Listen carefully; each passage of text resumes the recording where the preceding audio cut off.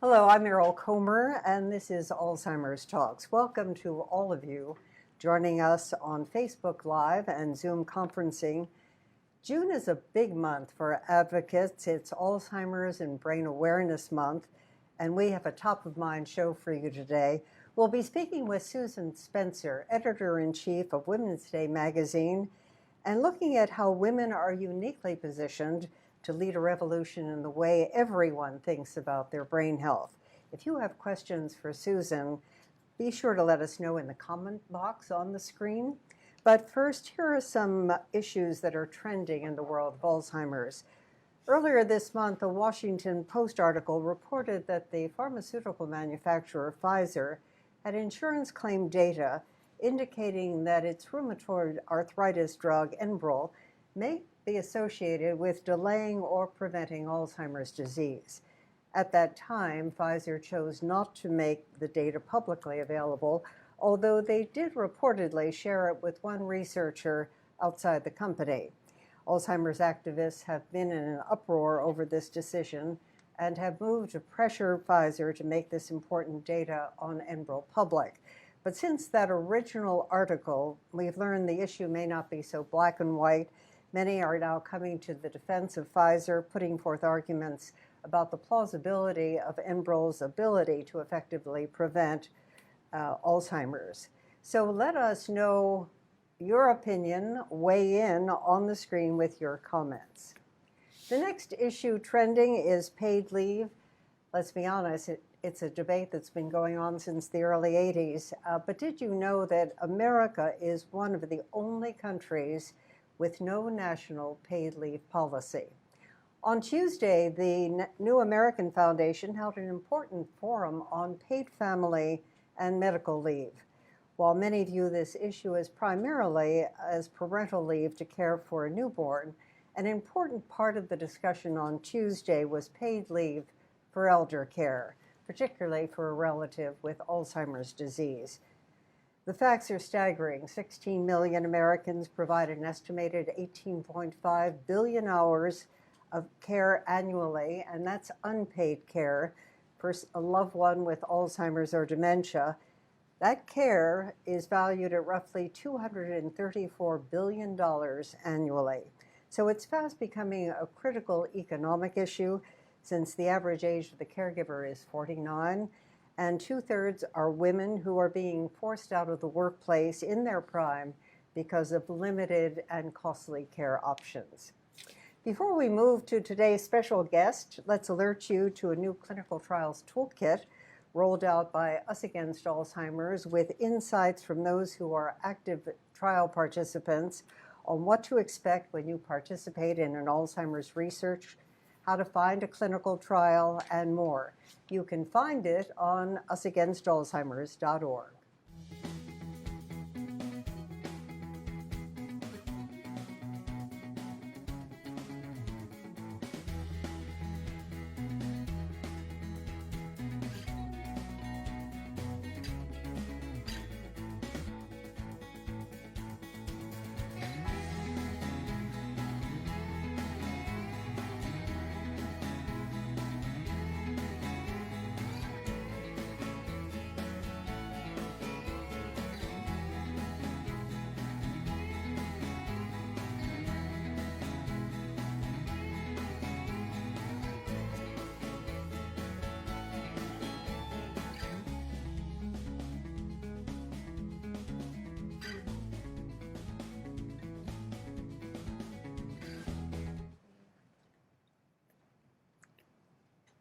Now it's my pleasure to introduce Susan Spencer, Editor-in-Chief of Women's Day, the magazine that more than 16 million women turn to every month for personal inspiration and insightful advice. Under her leadership, Women's Day is a member of the USA2 Brain Health Partnership and a lead partner on Women Against Alzheimer's Be Brain Powerful campaign. Previously, Susan was editor of All You magazine and held senior editorial positions for Time Inc., Strategic Communications, a custom publishing unit, working for major corporate clients. She's also a marketing advisor to Safe Horizons, the nation's largest nonprofit victim service provider. As always, we will be taking your questions. Please note that we do not take medical questions. Otherwise, you are watching on Facebook Live. You can type your questions and your comments. And if you're watching on Zoom, please submit your questions in the comment box. We'll get to as many questions as possible. Susan, thank you so much for joining us. Thank you for having me, Meryl. I'm going to go back in time. As a college student, I received advice that my mother sent me from Women's Day. Clipped, I hope. Clipped, of course. I received recipes. All right. The magazine started in what, 1937. 1937. Yep. So now I feel like ancient history, but let's fast forward to today. What is the conversation at Women's Day, and are the issues the same? Well, in fact, many of the issues are the same, and I actually recently had an opportunity to look at a copy of the magazine from 1939, and whenever I look back at old issues, I'm struck by the fact that women really are thinking about a lot of the same things. They're thinking about what to put on the table for dinner. They're thinking about their health, thinking about their family's health. They're thinking about the larger political world. In the issue that I looked at, there was an op-ed by the editors talking about how America should remain neutral in World War II. So you have these, you have this definite push-pull between the personal and the public, and I think Women's Day has been reflecting that very nicely for 82 years. So you have really been transformational in taking on major health issues of our time. That's part of the signature, your signature Yes, it is, yes. at Women's Day. And you were really instrumental in putting heart health on the map. That's right, yes. Tell us how you got there and now how you're transitioning into brain health. Well, we got there. I wish I could take credit for coming up with this idea. It was my predecessors who were working very, very deeply in the heart health space. But my team and I saw that it was something that really impacts so many millions and millions of American women and is really sort of intrinsic and really at the core of who we are. I mean, our heart houses our capacity to love. The heart is what drives our bodies. And we saw that there was still a lot of stigma and fear around it. And so we really started to do a deep dive into our heart health coverage, which continues to this day. And when I think about brain health, I think that there's, especially around Alzheimer's and dementia, there is a lot of that same fear and that stigma. And there's so many correlations and so many parallels between these two issues, these two major health issues for women, that I began to see, especially through our work with Women Against Alzheimer's, that it's really often the same set of circumstances and thinking and emotions when you're dealing with these two things. And once you move down into the prevention space, then all of a sudden everything gets same connected. thing. The Exactly. disease silos sort of disappear. They do. Which is critical. The other important point about heart was the fact that it took almost 15 years to convert a public to a conversation and understanding that women presented differently. Exactly. Yeah. Educating the doctors. Yes. I mean, how do you feel as a woman and an editor about that process? Well, I think I feel like it's certainly become I think women just know more now, and we've seen that even with our readership. I think that the heart health movement, has really made a huge amount of progress in the last 15 years, and I'm very happy about the role Women's Day has played doing this.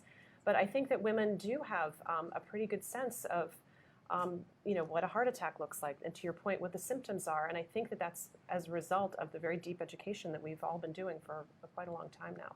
And now we have to educate the physicians to pay attention to what we now know. Exactly. With the news media having to work harder to stay relevant in the face of changes, how does brain health fit into your strategy attached to Well, it's interesting. Brain health, we started out, I started out, in all honesty, not really knowing very much about this. And then through a panel we did early on with Women Against Alzheimer's, we did this panel called The Next Big Women's Health Crisis. And as I started putting this panel together and working with Women Against Alzheimer's, and then during the panel and listening to what people were saying, I realized that the two things are very, very deeply personal to women, and it spills over into every area of their lives, whether it's a struggle with heart disease or the struggle with Alzheimer's, perhaps as a caregiver for a family member. And the deeply personal piece of it really appealed to me as an editor. I really wanted to bring this to our readers and say, look, this is something that's incredibly important, and you don't think about this because what the news media has been saying to you up until now is do crossword puzzles, and that's kind of the end of the story for a lot of women. And when I saw that there was a I guess it was a little bit of an opportunity to educate women in a different way, but also to shift the conversation away from crossword puzzles and to really kind of go in depth about what this disease means for people and how they can handle it in their day-to-day lives. So the campaign, Be Brain Powerful, was empowering. Yes. Yes. And offered an opportunity for a different kind of conversation with this generation. Absolutely, yeah. Women were disproportionately impacted by the disease. We're 2/3 the caregivers. There are also sex-based differences that they're just beginning to tease out, that if it's on the maternal side, we progress faster into the disease. So all of a sudden, these things become very relevant, and it's state of mind, which is your opportunity to change behaviors. Right, and again, the parallels with heart disease are really astonishing. Certainly the gender-based differences and the disparities there is something that in the heart disease world has been discussed and is being researched as we speak. So I felt like our work with brain health was just a tiny step, away from heart disease, and it really sort of feels to me like almost one and the same thing. Not obviously not the same thing, but something very similar in its impact. But you brought up the whole issue of fear. Yes. In the focus group testing, and everything gets tested today very carefully for messaging. Were you surprised by any of the results in the focus group? No, I wasn't. And I think that fear and stigma, surround many diseases. But I think particularly, certainly with heart disease, and particularly with this disease, I think that women often don't open up and communicate their struggles with this, especially if they're caring for someone in their family. So no, that doesn't surprise me at all. But I think that fear is never, on the flip side, fear is never the way that you want to communicate. You never want to sort of lead with fear and say, you're scared, so I'm going to help you. I don't think that ever works. I think that women in particular need to become part of a network. I think they need to hear stories of other women who are experiencing what they're experiencing. But it's similar to, if you go to the doctor and he said, you have to do this or else, your first reaction is to go, oh, I don't want to. But if there's more of a collaborative process, or if there's, other people helping you, then I think you're more likely to create this kind of ingrained habits that women need right now. And go across diseases, whether it is heart, cancer, the fear around cancer, no one talked about it, was the big C, autoimmune and brain. They're disproportionately impacting women, and the ability of women to take charge. I think that's what I found in the power of the campaign. If I asked you, what does brain health mean to you? And I asked somebody else, it would probably be very different. So absolutely. What does it mean to you? Well, brain health to me, it's interesting. I was thinking a lot about this because I think about women's health in a very holistic way. And maybe it's because I see the similarities between brain health and heart health. And I sort of think about it, I think about helping my brain and having a healthy brain as being very engaged in my life, and not so much going out and saying, okay, today I'm going to do a crossword puzzle, or today I'm going to exercise because it's good for my brain. I think I try to approach, and I try to encourage our readers to approach brain health and heart health as being something that's very much intrinsic to what they do. So if they're having lunch with a friend, I think that's good for your brain. If they're learning a new language on a cute app, that's good for your brain. So in a way, I think of it as very much of a, how do we live our lives and get joy out of our lives, and how is that? And I think that in turn becomes good for ourselves and for our mental health and for our heart health and for everything else. And I think for those of us who have lived the disease up close and personal with loved ones with the disease, all of a sudden you're on mission because you're at higher risk automatically, and you pay attention differently. And that's the opportunity for behavior modification. As you well know as an editor, is not easy. No, it's definitely not. And we've had a very interesting experiment at Women's Day in the last few years with behavior modification. We work with a group of women every year as part of our Women's Day Live Longer and Stronger Challenge. We find 5 women who have or are at risk of heart disease, and we work with them over the course of 8 months to really improve their heart health, to lose some weight, to exercise more. And the number one thing that they say is that they all come to us and say, I've tried to lose weight, I've tried to be better. And the number one thing that they say is that in the company of other women, as part of this little mini network, that's what makes them succeed.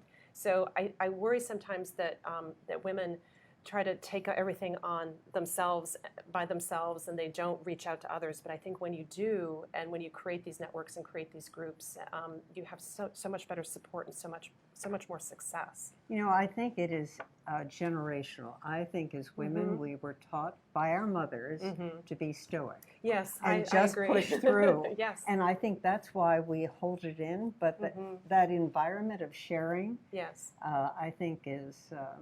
Support groups become very valuable. Right, and I think that also, and there's fun, by the way. Right, of course. And for everyone out there who's thinking, oh, support group, oh my God, I could never do that. It's too many people. There's many different ways to join a community. There's Facebook groups, there's chat rooms, there's things, there's apps. I mean, the technology has brought us all closer in positive ways, and I think that can be an outlet as well. So we have a 30-day brain challenge.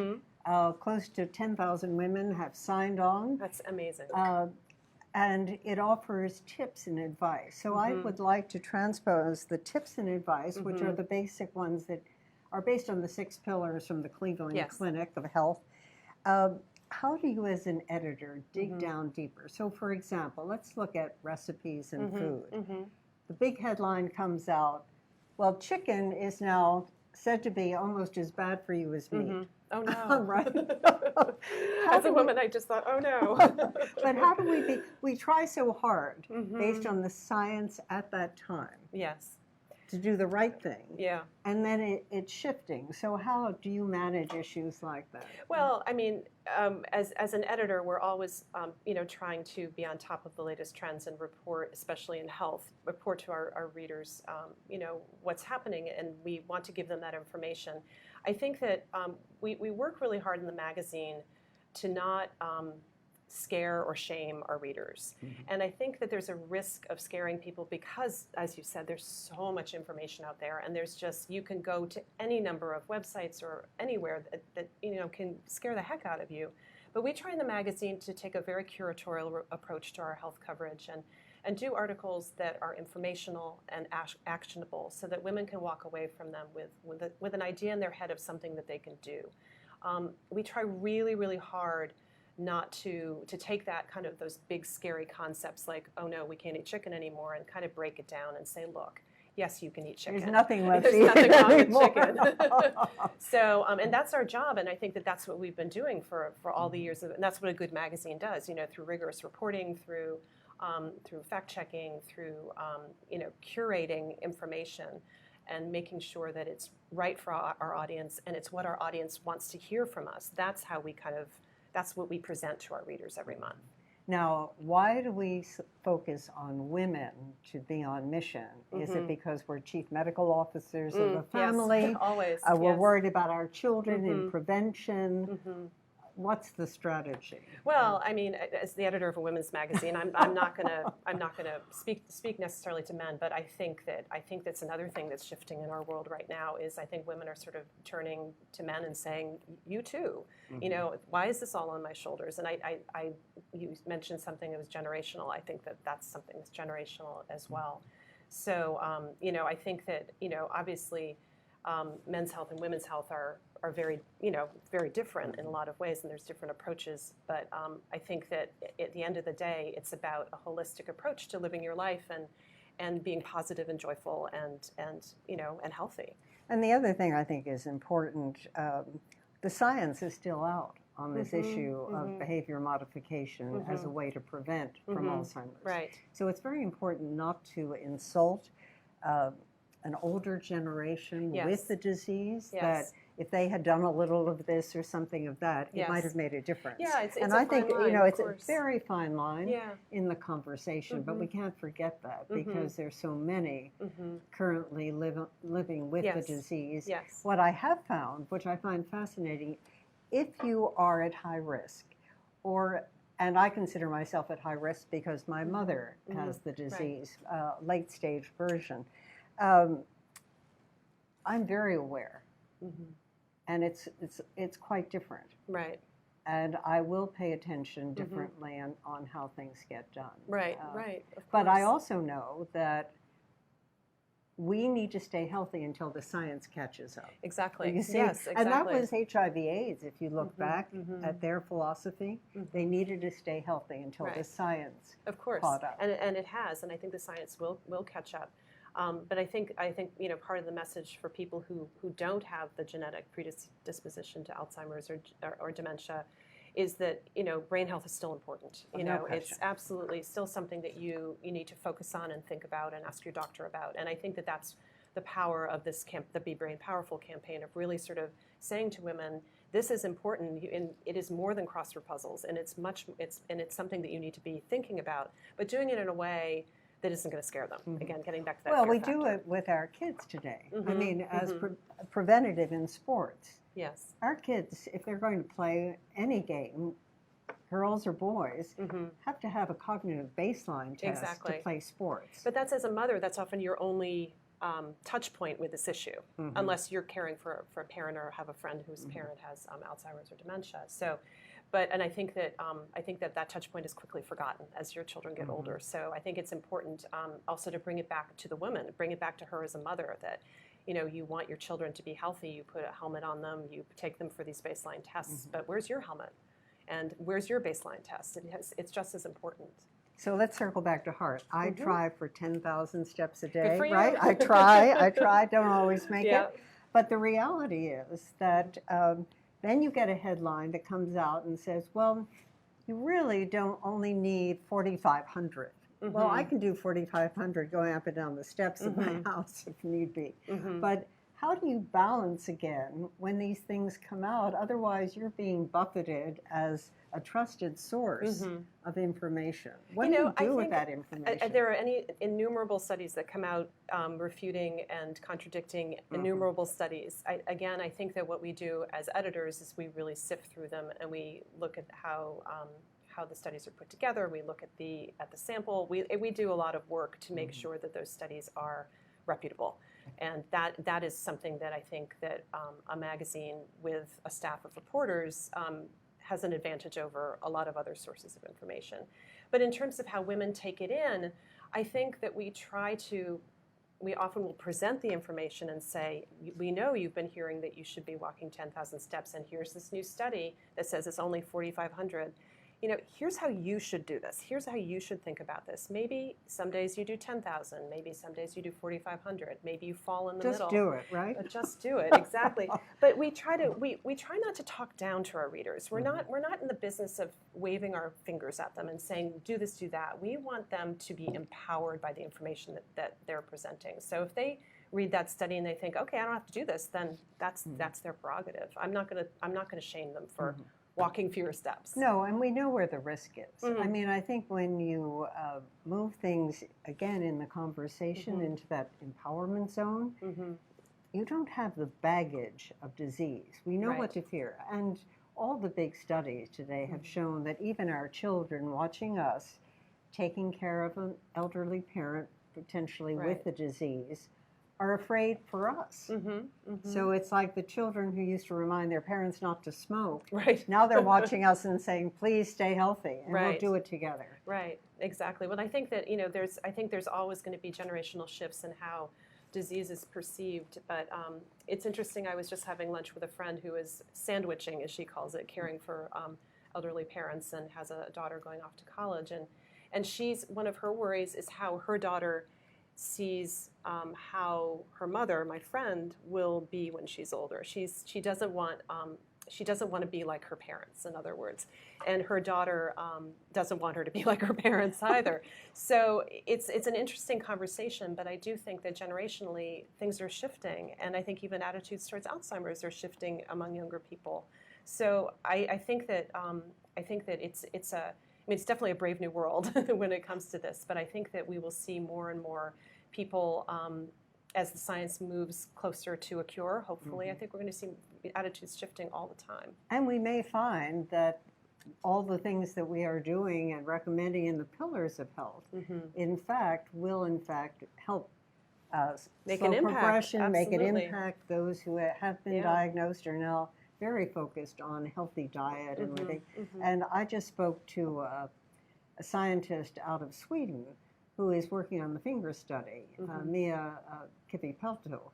And she has found that that whole notion of diet, exercise, they're looking at it in combination. And that finger study will now be soon moving to 25 countries. Right, right. Everyone is focused because it's the cost, the societal cost and personal cost of disease that says we have to do it. And yes. what do we know about women when they go on mission? You must. Right. Yeah, I think that one of the not good things about, I guess the good thing about thinking about preventing Alzheimer's and thinking about brain health is that it's really not that different from how you lead a healthy life. You need to get exercise, you need to eat right, you need to engage your mind, and I always add sleep is extremely important as well.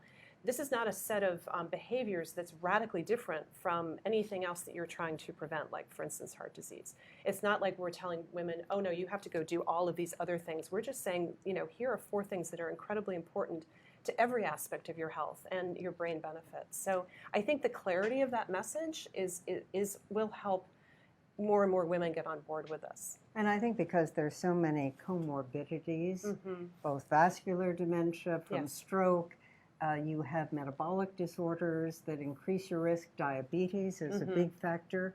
Work on the comorbidity.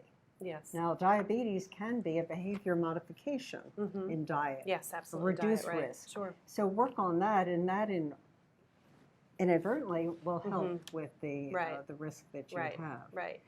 What do you do? What do you do about the area of supplements, which is always the absolutely have to take? I think that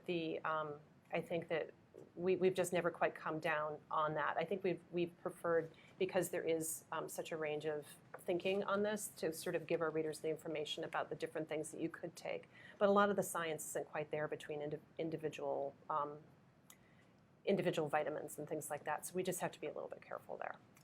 People are so hungry for the fix. Well, they want to take a pill, of course. I do too. I mean, it would be great to take a pill, and there goes your risk of Alzheimer's. But of course, that's not going to happen. And it is behavioral, and it's not just, there's no quick fix. Absolutely not. There's no quick fix. As a reminder, you were watching on Facebook Live. You can type your questions in the comments. If you're watching on Zoom, please submit your questions in the comment box, and we're going to get to as many as possible. Let's take a question from a viewer, and this is actually a very good one because it opens a Pandora box of conversation.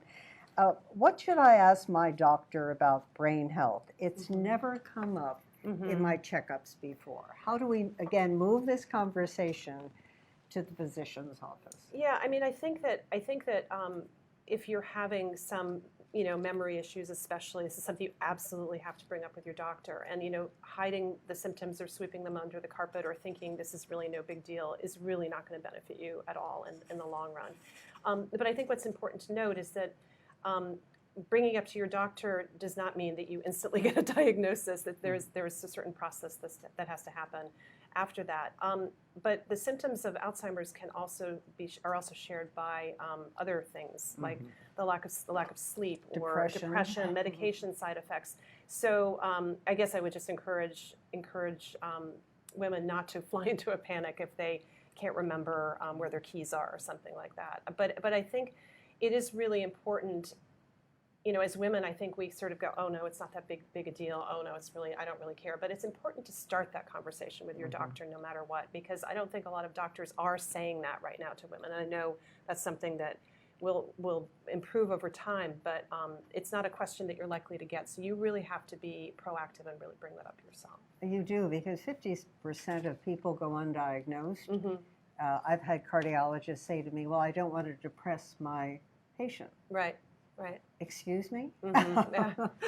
I mean, those are some of the issues, I think, because they don't feel comfortable with where the science is to actually give them advice. Yes, but so it's really up to all of us to flag these symptoms. Now, have you done any studies on the whole issue of the use of technology? We download everything. What do we upload to our brain? And is that part of the brain health challenge. I mean, right? I think certainly putting down your devices should be part of the brain health challenge. I think actually maybe it was one of the I can't Was remember, it? but maybe it should be. I mean, I do think that as I alluded to before, I think that there's so much out there and it can be completely overwhelming, and I don't think it does your brain any good to feel overwhelmed. So I think that if you're feeling that way, then maybe setting it aside. I think a lot of parents have rules for their teenagers about putting their phone down after a certain time of night. I think that should hold true for grown-ups as well. Or begin remembering telephone numbers, or actually Right. uploading certain Yes. things. Memorization is an underrated skill. I notice whenever you have a question, my son says, "Well, Google it, Mom." Right. Google it. Yes. Right? Yes. Right. Here's a question: how does our increased vulnerability to Alzheimer's as women impact the role of women in society? We alluded to that, of getting women out of the workplace, pulling them out too early. Yes, right. I was forced to leave I was 48 years old and left my career. Right. And 22 years later, nothing's changed. Right. I mean, women having to leave, well, that brings out the feminist in me, with all due respect. Right. Unacceptable for the next generation. Yeah, I think it is. I mean, there's the old adage that, the best caregiver is a good daughter, which it strikes me as insanely sexist and completely wrongheaded, because really the best caregiver is anybody who is willing to step up to and the many plate. men, by the way, there's a 40% increase in men who find themselves as primary caregivers. And as a caregiver, when men do the personal and intimate care, because it becomes that, it takes my breath away. Yeah, it takes my breath away. I know people who are doing that right now, and it's astonishing. But should it be any more astonishing than a woman who does it? I don't want to feel surprised when a man does it, because it should be their responsibility as well. I mean, to me, what the biggest not the biggest, but one of the biggest impacts on women in terms of caregiving is the economic issues. I mean, you stepped away from a career at age 48, presumably at the top of your earning power, and I think that when women have to do that, it just has such a huge impact on gender pay parity. It has ripple effects, and I think that that's something that more and more people are really beginning to pay attention to, and certainly around the issue of paid leave, as you alluded to before. So I think that for women, as we strive towards parity, in the workplace with men in terms of pay and other things, having to step aside for caregiving is just it's disastrous. And because of the nature of the disease and the time, look what you lose, and then at the back end, what happens to you as well. Exactly. So it's Exactly. that issue, although we're critical mass now and have a considerable economic wealth. I mean, we really are the engine of wealth in the country today. It's hard to believe, but we've come this far, and yet not so far. These issues are still very present with us. Exactly. Yes. Here's a question. This is from Colette in Milwaukee. Thank you for joining us. What can I do on a daily basis to keep my brain's memory active? She's probably doing it without knowing it. She's probably doing it right now. Exactly. As I said, it's not a particularly different set of circumstances or set of behaviors that you need to take on. 150 minutes of exercise a day is fantastic. You can, sorry, not a day, that would be impossible. A week. You can break it into different chunks, 20 minutes here, 20 minutes there. As I mentioned before, certainly a focus on sleep is really important. Eating right, foods with lots of antioxidants, lots of vegetables, staying away from saturated fats. I mean, those are kind of the basics, and I think that, and I said before, engaging your mind as well, more than crossword puzzles. So take a new way home. Forget that on the easy route. Try something. Exactly. Right. Go out of your way. And what I have found, which is fascinating, at a dinner of about 10 women, when they had an option of fish, plant-based, vegetarian, or they had, what else was on the menu? I think maybe duck. and there was wine. No one drank, and everyone was vegetarian. Good for them. I think so I think it's that's, catching on. It's definitely catching on, and they're doing their heart a lot of good when they're engaging in that as well. So that's fantastic. So when you have an editorial calendar, what's coming up next, and how have your women responded to the readers responded to the Brain Health Challenge? We did. They've been very much participating in the Brain Health Challenge. Last year we did a series of 4 stories on brain health. It covered everything from activism and ways that you can get involved to get women more aware of this issue, to how to keep your memory. That some of the information I just cited came from that article, and information about caregiving as well. So we really wanted to look at the whole spectrum of caregiving, Alzheimer's, dementia, and how that fits into the idea of brain health. More recently, we did a story on a first-person essay by a woman for whom Alzheimer's very much runs in her family, and she decided to participate in a clinical trial, which we haven't talked about. And I'm on a not-so-secret mission to get our readers interested in the science of Alzheimer's, because I really think that this is an important piece of both what you do at Women Against Alzheimer's, but what women need to be aware of as the search for a cure goes on. So we gave women information about how to sign up for a clinical trial, and so we want our women to take action, whether it's deciding to walk 5 minutes more in the morning, or reaching out into a network of caregivers to get support, or whether it's testifying before Congress, or something, or writing a letter to support legislation around this issue. So we want our women to be empowered to take action, and that's part of what we drive towards. Yes, I have to tell you that as a 22-year caregiver, being an advocate saved my life. It doesn't change what I do every day for my husband and my mother, but it lets the disease is going to win at home no matter what I do. Yes, that's a good point. So to fight it at a different level, to make sure that another family isn't hurt by it, or that the next generation of young women have better options, that's worth a fight outside, and it takes you away from the a hopeless space off and on in that space. I couldn't agree with you more, and I think that I think about sort of the women that Women's Day reaches. They're very active in their communities, they're active in their families, they're active in their churches, and I feel like that kind of activism can be translated to a disease like this. If this is something that's so deeply personal for you, then you should go out and speak about it. I mean, there is no question. If you were the president of the PTA, if you did anything while your kids were growing up, you have skills and talents that can be deployed for advocacy. And what's important to you. I really think, because the issue of being relevant and staying relevant, even in a space when you're caring for a loved one, because it is isolating in a disease, I think really, again, does what you wanted, what your readers do, and empowers them to stay engaged.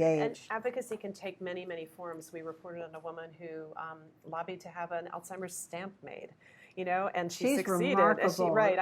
I'm sure you know her, but I thought that was what a great idea. Yes. It took her years.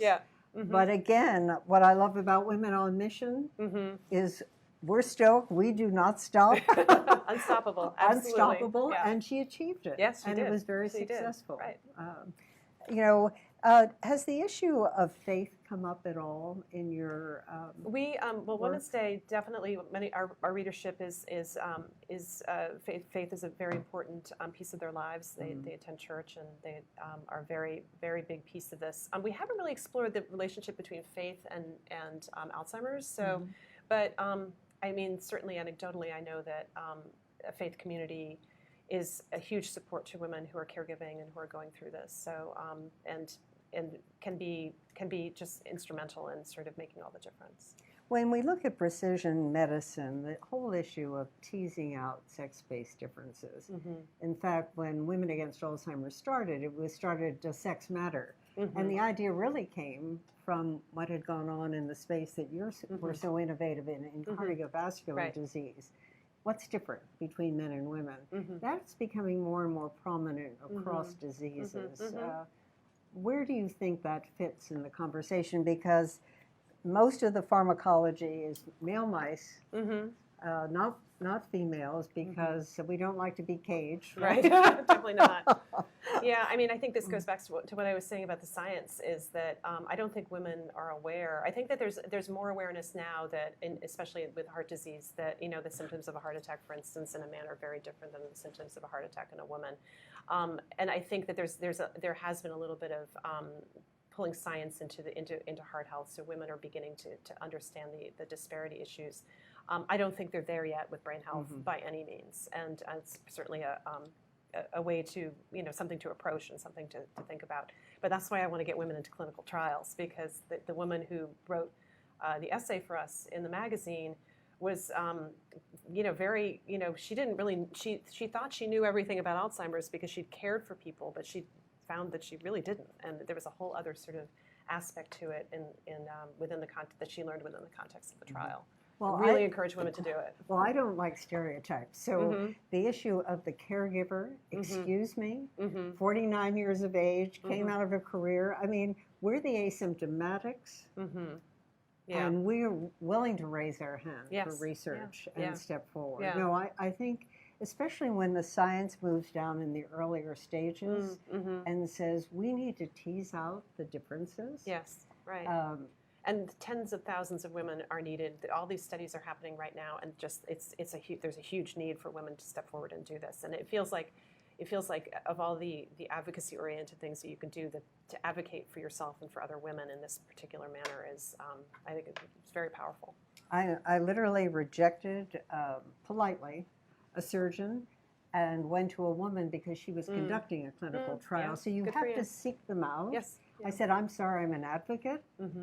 I need to be part of a clinical trial if it will help other women, So I think there's an energy around that that is very, very important. Yes, and we need thousands. Right. And that accelerates the research. That is a costly part, the recruitment for trials and the need to know. Some of us want to know our genetic predisposition, and some of us don't want to know. Yes. And within those trials, they will be accommodating depending on what you're willing to absorb and take at that time. Yeah. But it's very exciting with the women. 30-day, you receive an email every day. That's a great reminder. It's sort of like a pat on the shoulder. Are you doing what you might be? You're supposed to be doing what you should, or think about doing. Think about it. Yeah. Or pass it along. Yes. So it's really very digestible. I think it. You and Women Against Alzheimer's, you've done a great job. It's and we're taking it globally. Yes. By the way, should be. Yeah. This is important for women all over. It is. It's not just American women; it's everyone. Yes. No, and it is everyone. The point is, it will be the woman who says to her husband and her kids, "We're doing this. We're doing this together."